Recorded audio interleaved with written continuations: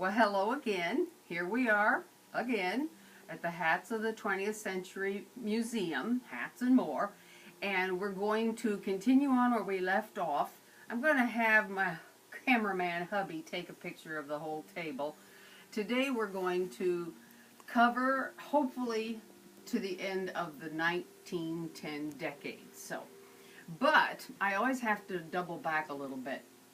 In our last show, I think I missed telling you a few things, so I'm going to back up a little bit. For one thing, this hat with the beaded hollow half beads on decoration and the upright ribbons, I thought we kind of gave it the bum's rush. It was displayed sort of low, and I don't think we got a very good picture of it.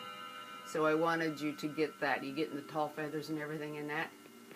Okay, and also, maybe I better move her so we don't have her in the way. I felt like I had forgotten to tell you that a Homburg always has this definite lengthways crease. This is a Homburg, but they're always creased front to back like that. Soft felt like a fedora, but what makes a fedora and a Homburg different, one thing is this crease. A fedora can be just any way. And in old movies, you see the fellas grabbing their fedoras, crunching their fedoras, that they just beat them up terribly, but they always come up shining at the end. So that's for the Homburg. And I'll say, I also forgot to tell you this old beauty, and is a kettle brim. It's called a kettle brim. Turned up evenly all the way around. I tried that on for you. It has an old gathered in the center lining. So there we go. Kettle brim, easy to understand, as opposed to unevenly all around. We talked about the brims that were thrown upward in a serpentine shape, and I had my hubby hone in on a postcard I'd gotten, but you know, it really didn't show, so I enlarged the postcard here so that you could see her hat there. 4 kids out having fun. And also over here, I noticed that is a brim that's, or a large brim that's thrown upward, and down here. Just as 3 more examples. That's a postcard, and it says something about lost in admiration, the old fella. So anyway, now we have gotten our old business taken care of there. So on to new business. That was 4 hats. I may as well take that off. So we're kind of working our way out of, get her down here, we're working our way from the end of the 1900 decade and moving into the 1910 decade. So my pictures, I've drawn a picture for each decade that's kind of the hat that spells it all in my mind. Maybe not the epitome of style, but this is kind of the look of the 1900s. So we're going to say goodbye to her. Somewhere along this line, the 1900s will end. There's no definitive marking on a hat, but and then we're going to go into what is rather the epitome of the 1910 decade. Large brim, large crown, whole birds, lots and lots of decoration. The Edwardian period. Okay, so we'll put her there. But we won't shortchange our Gibson girl. We'll leave her back out here on the corner. If you can see her from any distance, she's probably good enough, because she will endure well into this decade too. Her beauty is something everybody still wanted to aspire to. So let's see. So starting with a hat we haven't seen before, it would be this bonnet brim. So yeah, now yeah, just as long as you're fairly close. I'll show you since you're close. We'll take it off. It's a poor old delicate thing made on a wire frame, very brittle, with fabric and straw. I think the straw is surviving better than the fabric on this one. And it's called a bonnet brim because the front of the brim is at least twice as big, twice as large as the back. And these flowers have nothing to do with it, but just to make it nice. because if it had flowers, they are gone now, but let's put a few flowers on it just to make it look a little prettier. So there is a bonnet brim. And something that goes nicely with this is to talk about the fact that they're starting to drive automobiles, and they had started offering these huge scarves called automobile scarves. This is an authentic one, about 6 foot long, and it's very brittle. Being opaque, it could have also been a mourning veil, or it could just been used to tie your hat on more securely when you're in an automobile. We'll set that aside gently because I have made another one to use just for demonstration purposes. So wish me luck getting this done. Sometimes, in fact, I think I am going to pin her hat a little more securely to her head to do this. Okay, so they had been working on automobiles since the late 1800s, but it was Henry Ford who introduced the Model T in 1908 and put 15 million people on wheels within a few short years. And it was a wonderful adventure, but with very few proper roads, it was a dirty one. So women would buy these huge scarves called automobile scarves. Here we go. I also have a picture of that here, so you can come in close and see this.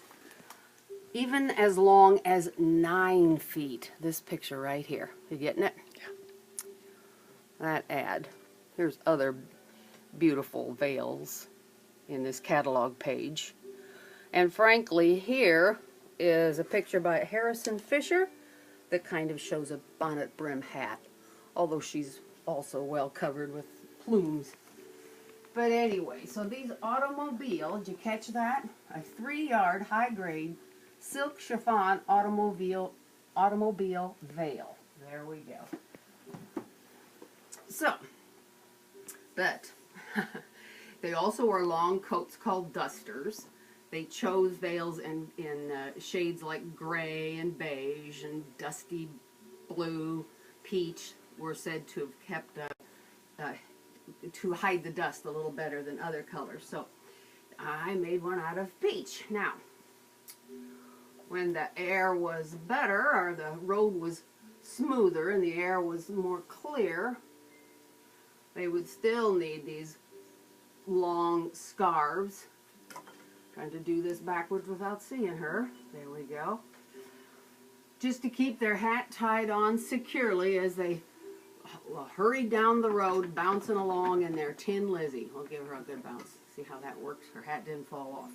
Now, men at this time also needed something snappy to wear, so they started wearing these, a good deal like the flat cap that we had seen in wool tweed. Hats like that with flaps that would come down in case the weather just got way too windy and miserable. And goggles too. Goggles was a very big thing at this time. So now people are on the road, and they were loving it. I'm going to back that up just a little bit in case I need this space for something else. Okay. Alright, now, so we'll go from that, and we'll just leave her in that because she's kind of cute. Another thing another style that came about were these huge, lightweight, and very airy toques. A toque is a brimless hat made of horsehair lace, some flowers, and a ribbon, of course. I don't know if you can see through it, can you? Is there any light behind it? Very light and airy choice for summer. Now, it's got the gathered in the center lining. Handle this carefully. And there's also a band at the back where they would have been able to put their hat pin in to secure it to their hair. Now, I added a elastic band so that I can just snap it on quickly. And that is how that looked. Like a big layer cake on your head. Is that just unbelievable? Oh, and here's a picture of my Aunt Edith, who has a toque. Gotta get it to where I'm not wiggling it. Much like this, only it looks like it was made out of straw, and she still has plenty of flowers and feathers sticking up out of hers. Just a little look at her. We appreciate she was a stylish lady. There she was with a feather boa. So if this is the cake, this would be the cake pan. A great big, sturdy, quite heavy hat, Persian lamb or caracool, whichever you prefer. Is the same fur, just two names. And the reason it's heavy is because it is the fur pelt. It's not a felt of any kind, it's the actual pelt. So it's a very heavy hat. Gathered in the center lining, crochet button at the top. Now I'm going to try to put this on the gal I call Sis, because she was the mannequin when my mother went to beauty school when I was a little girl. She's the only thing I had that was a sister. So she says. Anyway, it's a huge hat. You'd either had to have a lot of hair to fill it up, or pierce the hat pin through it, which might have been easier when the leather was young and or new and supple. But this way, it's a real wobbly sort of thing. And it's a good example, or at least an example, of what was called a basket hat at this time, which looked as though you just turned a basket over on your head with lots of room around your face and everything. And here are some examples. I just took them out of my Xerox book of some basket hats at this time. Typically they were made of straw, and quite the thing. They would have been incredible to stored. I don't know where these ladies put all these hats and big dresses and things, because the typical old house didn't really have much closet space. Anyway, so that's a basket hat. And this is a pretty good example of a basket hat.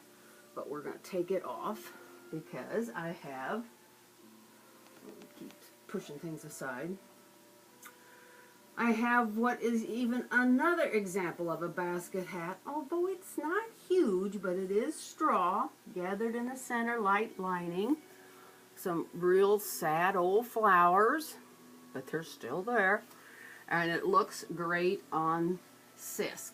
So I'll put that on her again. There we go. I think I'm getting it right. There we go. That was such a wonderful find when I found that. And I said I had promised I wouldn't tell you where and when and how reasonably I got it. But I think I got it on right. Let's see. Gotta find that. Yeah, here's the back. The seam in the lining indicates the back. I don't think I did. So that is right. There you go. A basket hat that looks great on Sis. Should have a sizing ring. I don't know what they did about the whole situation.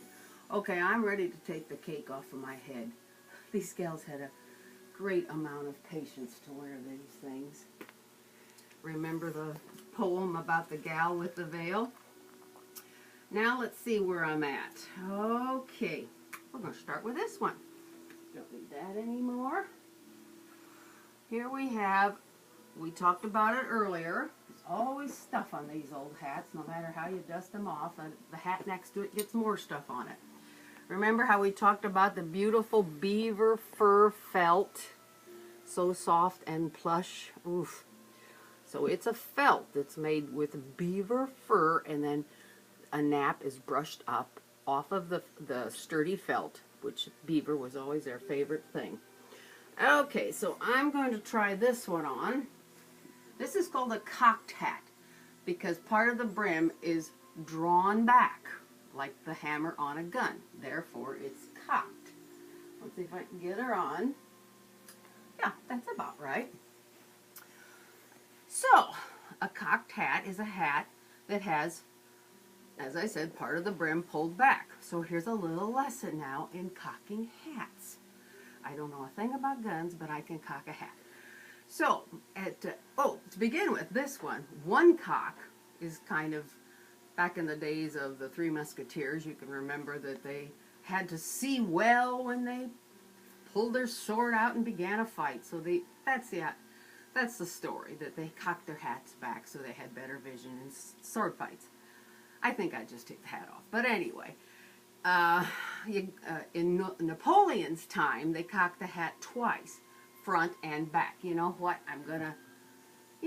That's so pretty, I'm going to leave that. But I think I'm going to take this off so I can get her. Oh, I forgot there we go. That didn't help a bit, did it? There we go. We'll go a couple more minutes, but that's 15 minutes already. I can't believe it. So in Napoleon's time, they cocked a hat, and I'm just using any old hat here to demonstrate, both front and back. We all remember that. Now, so that makes 2 points of the hat.